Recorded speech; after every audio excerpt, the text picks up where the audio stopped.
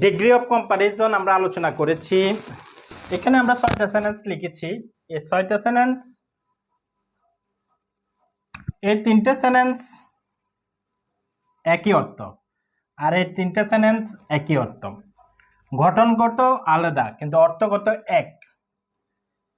অর্থগত এক, গঠনগত আলাদা। যেমন Bjorn Borg is one of the greatest tennis players in the world. Bjorn Borg হচ্ছে অনেকজন সেরা খেলোয়াড়দের মধ্যে, টেনিস খেলোয়াড়দের মধ্যে পৃথিবীতে অন্যতম। এটা হলো সুপারলেটিভ ডিগ্রি। এরপরে হচ্ছে Bjorn Borg is greater than many other tennis players in the world. এটার অর্থ যে অনেকগুলা ভালো টেনিস খেলোয়াড়দের মধ্যে বিয়ন বার্গ একজন। Very few tennis players in the world are as great as Bjorn Borg. Bjorn বার্গের মতো খুব কম টেনিস প্লেয়ারের পৃথিবীতে আছে। এই 3টা অর্থগত এক, গঠনগত আলাদা। এই 3টা অর্থগত এক, গঠনগত আলাদা। যেমন Jerry is the laziest person in the world. এটা হলো superlative degree. Jerry is the lazier than any other person in the whole office. এটা হলো comparative. No other person in the whole office is as lazy as Jerry. No other person, কোনো পার্সনই অফিসে, এই পুরো অফিসে জেরির মতো লেজি নয়। এটা হলো পজিটিভ, এটা হলো পজিটিভ, এটা হলো কম্পারেটিভ, এটা হলো সুপারলেটিভ। এটা হলো পজিটিভ, এটা হলো কম্পারেটিভ, এটা হলো সুপারলেটিভ। পজিটিভে আমরা যাকে এস এস থাকে, কম্পারেটিভে থাকে দেন, দেন এনি আদার। এটা থাকলে এই, আর সুপারলেটিভে থাকলে দ্য লেজিয়েস্ট। এটা হলো দ্য ডিগ্রি 3 অর্থাৎ অ্যাডজেক্টিভ 3 সুপারলেটিভ। আর কম্পারেটিভ হলো degree 2, degree 2 than any other. নো আদারের পরে একটা নাউন, এরপরে অ্যাডভার্ব যদি থাকে, অ্যাডভার্ব আমরা, এরপরে is as lazy as Jerry. জেরির মতো কোনো ব্যক্তি অফিসে অতটা লেজি নয়। এই 3টা থেকে যে কোনো একটা দিয়ে আমরা বললে হবে। এইটাও এরকম, দেন মেনি আদার অথবা দেন মোস্ট আদার অথবা দেন ফিউ আদার। আর এখানে হলো ভেরি ফিউ, আর এটা হলো ওয়ান অফ দ্য গ্রেটেস্ট। এই ভেরি ফিউ থাকার কারণে পজিটিভ ডিগ্রি, আর দেন মেনি আদার থাকার কারণে, আর এটা হলো ডিগ্রি 2 অর্থাৎ অ্যাডজেক্টিভ 2, এটা হলো কম্পারেটিভ ডিগ্রি।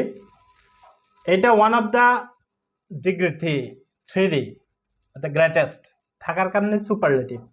কিন্তু আমরা সেন্টেন্স কত যদি দেখি আলাদা আলাদা, এটা হলো সুপারলেটিভ, এটা হলো কম্পারেটিভ, এটা হলো পজিটিভ। কিন্তু আমরা যদি অর্থগত করতে যাই, মৌলিক কোনো পার্থক্য নেই। অর্থগত এই 3টার অর্থই এক, এই 3টার অর্থই এক। কিন্তু গঠনের দিকে যদি আমরা লক্ষ্য করি, এটা হলো সুপারলেটিভ, এটা হলো কম্পারেটিভ, এটা হলো পজিটিভ। আর অর্থগত লক্ষ্য করলে আমরা 3টাই এক। তাহলে আমরা এটা সহজে বুঝতে পেরেছি যে যদি ওয়ান অফ দ্য যুক্ত সুপারলেটিভ থাকে, এই ওয়ান অফ দ্য যুক্ত সুপারলেটিভ ডিগ্রিকে আমরা যদি কম্পারেটিভ করতে চাই, তখন দেন মেনি আদার যোগ করতে হবে। ওয়ান অফ দ্য যুক্ত সুপারলেটিভ ডিগ্রিকে আমরা যদি পজিটিভ করতে চাই, তাহলে ভেরি ফিউ বসাইতে হবে, ভেরি ফিউ টেনিস প্লেয়ার্স আর অ্যাজ গ্রেট অ্যাজ বিয়ন বার্গ। তো অনুরূপভাবে এটা দা ডিগ্রি 3 যুক্ত সুপারলেটিভ ডিগ্রিকে যদি আমরা কম্পারেটিভ করতে চাই, দেন এনি আদার বসাইতে হবে। দা ডিগ্রি 3 যুক্ত সুপারলেটিভ ডিগ্রিকে যদি আমরা পজিটিভ করতে চাই, তাহলে নো আদার বসাইতে হবে শুরুতে। আর এরপরে এখানে নাউন বসবে, এখানে অ্যাডভার্ব যদি থাকে, এরপরে এস লেজি এস, এইভাবে। যেমন আমরা বলি, যেমন আমরা বললাম জেরি শুধু পড়ে,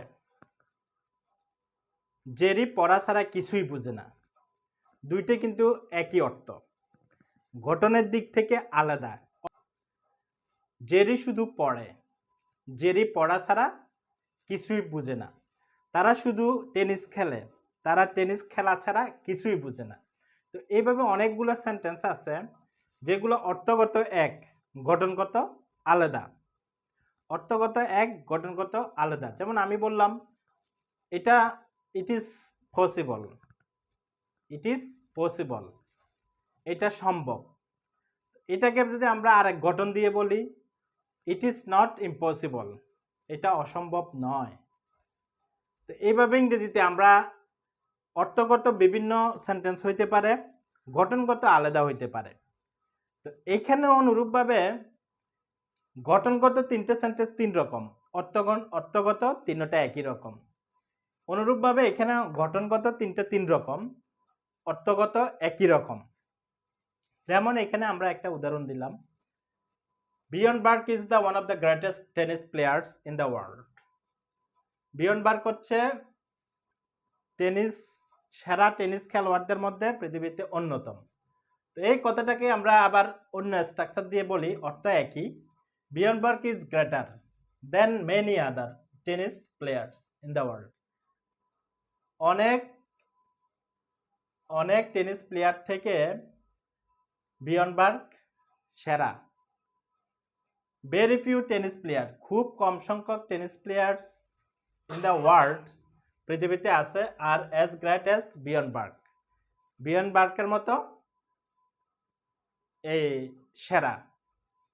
তো এইভাবে আমরা ভেরি ফিউ দেন, এইভাবে ভেরি ফিউ দেন মোস্ট আদার অথবা দেন many other, one of the, এইভাবে ব্যবহার করতে পারি তিনটা পজিটিভ, কম্পারেটিভ এবং সুপারলেটিভ।